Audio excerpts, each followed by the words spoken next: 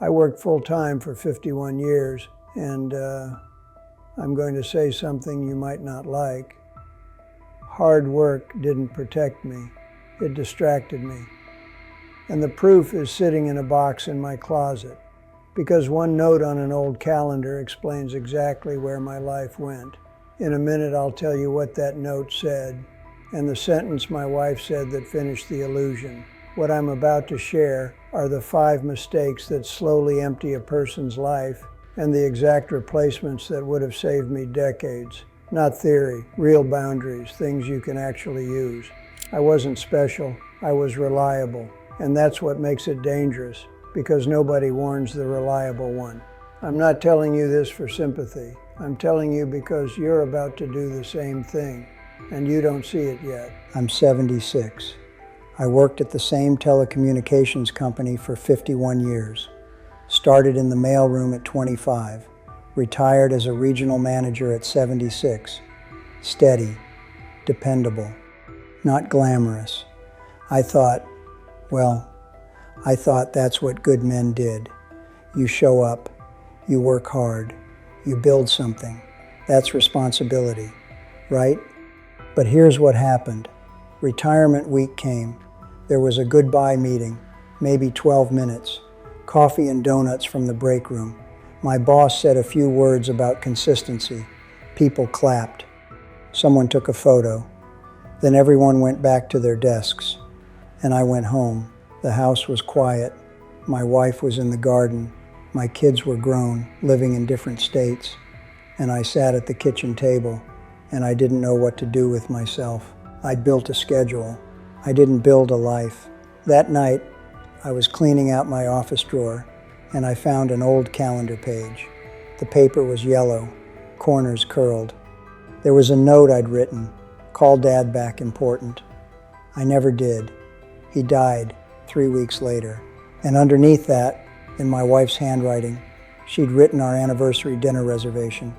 Canceled. Again. A few days later, my wife said something that broke the illusion. We were sitting in the living room. She wasn't angry. She didn't look up from her tea. She just said very quietly, "I'm married to a man who's always at work, even when he's home." And she was right. So let me tell you the 5 mistakes I made. These aren't random mistakes. They're the 5 full-time traps. And I'm not telling you to quit your job. I'm telling you to stop living like work owns your time. Because if you're working full-time right now, you're probably stuck in at least 3 of these traps, and you don't even know it yet. All right, trap 1, confusing being needed with being valued. You tell yourself, if they need me, I'm safe. And that feels true. I mean, when your boss says, "We can't do this without you," it feels like respect, like you matter, like you're building something permanent. But what actually happens is they train you to sacrifice yourself and call it loyalty. They don't steal your time. They just accept what you keep offering. And the more you give, the more they expect. Until one day you realize you've been giving them your best energy, your best years, your best self, and they were just using it. The fix is simple. Set a daily shutdown time. That's it. For me, it should have been 6 o'clock. No emails after 6, no calls after 6, home by 6, and 1 no per week. Just 1 request I decline, no explanation needed. Because the most dangerous compliment in your career is, "We can't do this without you." The moment you believe it, you've already lost. Now if you're thinking, "I can't say no, I have bills, I have kids," I'm not asking you to quit. I'm asking you to pick 1 protected boundary. 1, start small, so it sticks. Because if you're staying late every night because they need you, stop. They'll survive. The question is, will your family? Now trap 2. This one ruins families quietly. And in a second, I'll tell you the smallest boundary that saved my marriage after I almost lost it. Treating family like leftover time. The lie sounds reasonable. I'll make it up later, after this project, after this promotion, after things calm down. And you believe it, because it feels temporary. just this week, just this month, just this year. What you don't see is people stop asking. They stop competing for your attention because they learn that work always wins. I remember one night my daughter was maybe 8. She came into the kitchen with a drawing. I was at the table with reports spread out, some deadline I don't even remember now. She held up the picture, crayon. Our family, everyone smiling, and I lifted one finger. 1 minute, sweetheart. She stood there, holding that drawing, waiting. Then she quietly set it down and walked away. I didn't think about it. It was just 1 minute, right? But that's how it starts. 1 minute becomes a pattern, and the pattern becomes a relationship. She learned I was available, but not really. She learned she had to negotiate for my attention. And eventually, she stopped trying.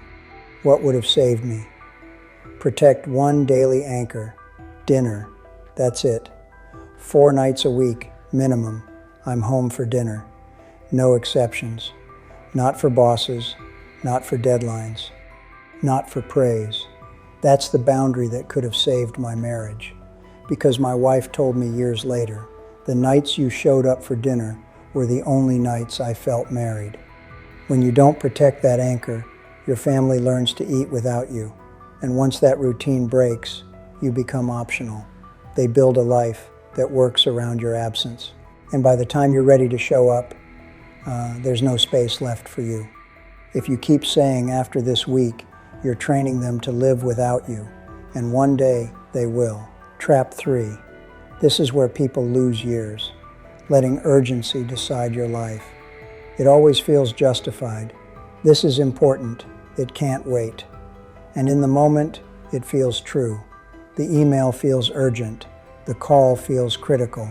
The project feels like it'll fall apart without you. The price.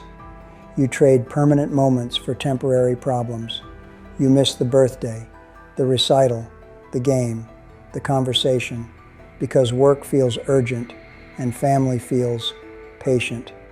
Like they'll always be there. Like you can catch them later. Here's what work doesn't tell you. It doesn't ruin your life by taking your time. It ruins it by taking your attention so you're home, but you're not there. I missed my son's high school graduation because of a major service outage. I was in the car, tie on. The tie was cutting my neck, ready to go, and my phone rang. My boss said, "I hate to ask, but we really need you." And I went. I told myself it was just 2 hours, that my son would understand, that I'd make the ceremony, just, maybe not the reception. I didn't make either. The outage got resolved the next day. Nobody remembers it. But my son remembers I wasn't there. He didn't even ask where I was when I got home. He already knew. The solution is called the 48-hour filter. If something can wait 48 hours, it can wait 24. And if it can wait 24 hours, it waits until tomorrow. That's it. That's the filter. Most of what feels urgent at work isn't. It really isn't.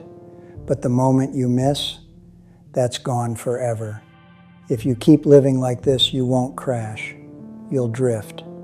And one day you'll wake up retired and realize you don't belong anywhere. Now trap 4. And there's one mistake nobody talks about because it doesn't hurt until retirement. This one nearly finished me. Building no identity outside work. You keep telling yourself, "I'm too tired. I don't have time. Maybe when things slow down." And you mean it. Because after working all day, you don't have energy left for hobbies, for friends, for community. So you tell yourself you'll start later, when you retire, when you have time. The danger is retirement becomes isolation. No friends, no hobbies, no place you belong, because you never practiced living. After I retired, my phone was quiet, not because people hated me, but because I never showed up. I didn't have friends outside work. I didn't have hobbies. I didn't have a community. I had a job.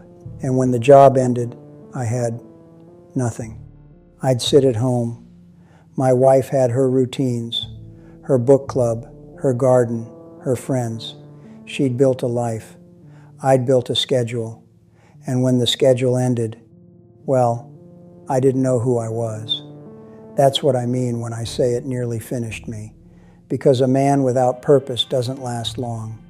What I should have done: create one weekly life block, same day, same time, every week, for a hobby, for a friend, for community, something that isn't work and isn't family, something that's just yours.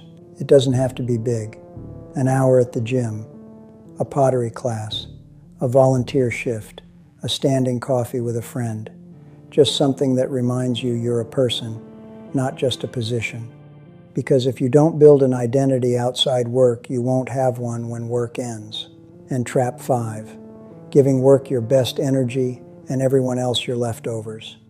The justification feels noble. They'll understand I'm doing this for them. And you believe it, because you're working hard to provide, to build security, to give them a good life. That's love, right? Not quite. You become short, tired, and emotionally unavailable at home. You give your best self away all day, your patience, your energy, your focus, and then you come home empty. And you call that love. But they don't feel loved. They feel like leftovers. My wife used to ask me about my day, and I'd give her one-word answers. Not because I didn't care, but because I was exhausted.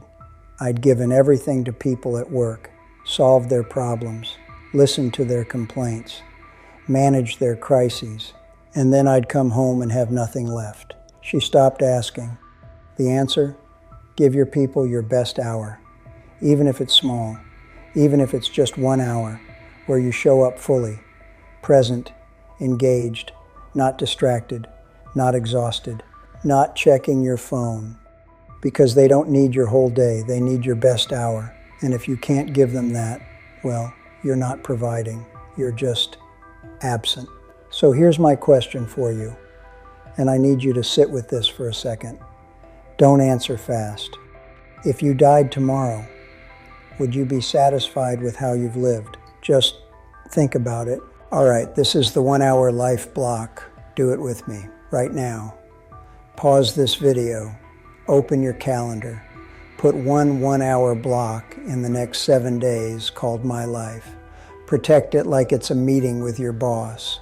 Because if you can't protect 1 hour this week, you need to ask yourself what you're really building.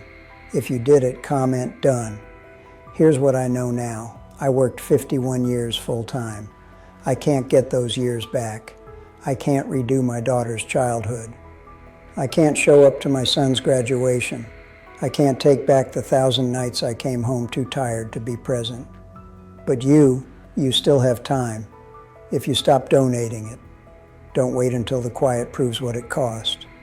So comment which trap you're in right now. Just one. Be honest. And if you want more lessons from people who learned the hard way, subscribe. Hard work doesn't protect you. It distracts you from the life you're supposed to be living. Don't make my mistakes. You still have time.